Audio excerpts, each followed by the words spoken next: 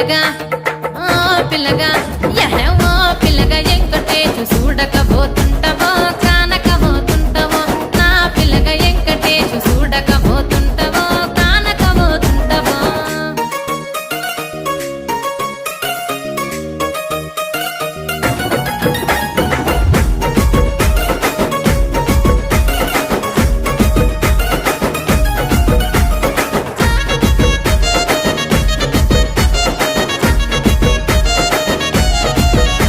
ఓయ్ కండ్లకు కాటు కవెడితే కన్యాకుమారి